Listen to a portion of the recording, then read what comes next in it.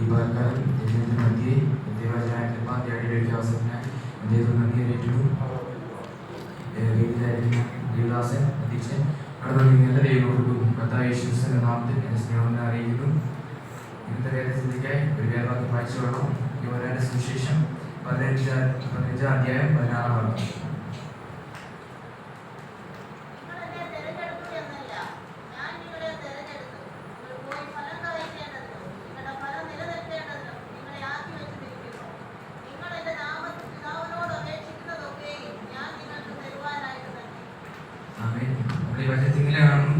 നിങ്ങൾ എന്നെ തിരഞ്ഞെടുത്തതെന്നല്ല, ഞാൻ നിങ്ങളെ തിരഞ്ഞെടുത്തു.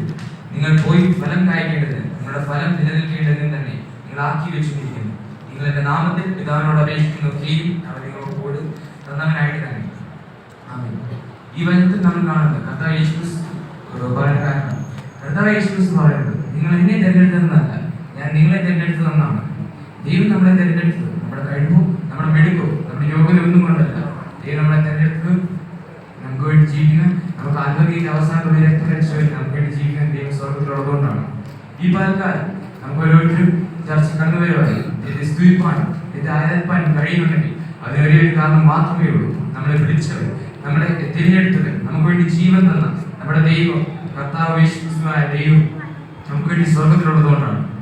ആ ദൈവത്തെ നമുക്ക് സ്തുതിപ്പാനും ആരാധിപ്പാനും ദൈവത്തെ എന്ന അവസരത്തിനാണ് ദൈവം നമ്മളെ ഓരോരുത്തരെയും ഈ പാൽക്കാലം ഇവിടെ അയക്കുന്നത് നമ്മുടെ ദൈവത്തിന്റെ കൃപയാലുള്ള തിരഞ്ഞെടുപ്പുള്ളതുകൊണ്ടാണ്. ദൈവം നമ്മളെ തിരഞ്ഞെടുത്തത് ഈ വാക്യത്തിന് പ്രകാരം പ്രധാനമായി 2 കാരണത്തിനാണ്. ഒന്നാമതായി നമ്മൾ ഫലം കായ്ക്കേണ്ടത്, രണ്ടാമതായി നമ്മൾ പിതാവിനോട് അപേക്ഷിക്കുന്നൊക്കെയും പിതാവ് നമുക്ക് നൽകി തരേണ്ടത്.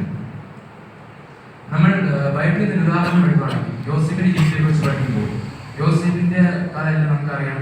യോസേഫിന്റെ പിതാവിന് യോസേഫിനോട് ഭയങ്കര സ്നേഹമായിരുന്നു. യോസേഫിന്റെ സഹോദരന്മാർക്ക് യോസേഫിന് ഭയങ്കര വെറുപ്പായിരുന്നു. യോസേഫിന്റെ പിതാവ് യോസേഫിനെ കൂടുതലായിട്ട് സ്നേഹിക്കുന്നുണ്ട്.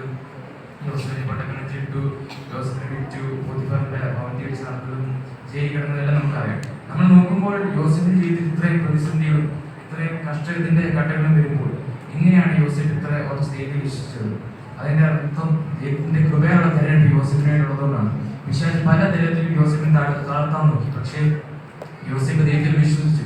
ദൈവത്തിന്റെ കൃപയുള്ള തെരഞ്ഞെടുപ്പ് യോസേഫിന്റെ ഉള്ളതുകൊണ്ട് യോസേഫിനെ നിലനിൽക്കുകയും ദൈവം തക്കസമയത്ത് യോസേഫിനെ ഉയർത്തും. ഇതുപോലെ നമ്മുടെ മേലും ഒരു തെരഞ്ഞെടുപ്പ് ഉണ്ടെങ്കിൽ പ്രതിസന്ധികളും കഷ്ടങ്ങളും അനേകം നമ്മുടെ ജീവിതത്തിൽ വന്നേക്കാം. പക്ഷേ ഇതിനെല്ലാം നേരിടാൻ, ഇതിൽ നിന്നെല്ലാം നമ്മുടെ ദൈവം വിടുവിക്കും. ഇതിനെ നേരിടുന്ന കൃപ ദൈവം നമുക്ക് തരും. ഈ തെരഞ്ഞെടുപ്പ് നമ്മുടെ യോഗ്യത നമുക്കുള്ള തെരഞ്ഞെടുപ്പല്ല, മറിച്ച് കൃപയുള്ള തെരഞ്ഞെടുപ്പാണ്. ദൈവം നമ്മളെ തെരഞ്ഞെടുത്തത് ദൈവത്തിന് നമ്മുടെ ഓരോരുത്തരെയും കുറിച്ച് ഒരു പദ്ധതികളുള്ളതാണ്. ദൈവം നമ്മളെ തിരഞ്ഞെടുക്കുമ്പോൾ നമ്മുടെ മേൽ ദൈവത്തിന്റെ സാന്നിധ്യമുണ്ടാവും. നമ്മുടെ ജീവിതത്തിൽ അനേക പ്രതിസന്ധികളും പ്രശ്നങ്ങളും അനേക കഷ്ടങ്ങളുടെ വേളകളിലും നമ്മൾ കടന്നു പോയേക്കാം. പക്ഷെ അതിന്റെ മധ്യത്തിലില്ല, നമ്മൾ ദൈവത്തിൽ ഉറച്ചു വിശ്വസിച്ച് കൃപയുള്ള തെരഞ്ഞെടുപ്പ് നമ്മുടെ മേലുണ്ടെങ്കിൽ അതിനെ അതിജീവിക്കാൻ കൃപ. ഇനി ഇതുപോലൊരു അവസരം ലഭിക്കുന്ന സഭയോടും നന്ദി രേഖപ്പെട്ടുകൊണ്ട്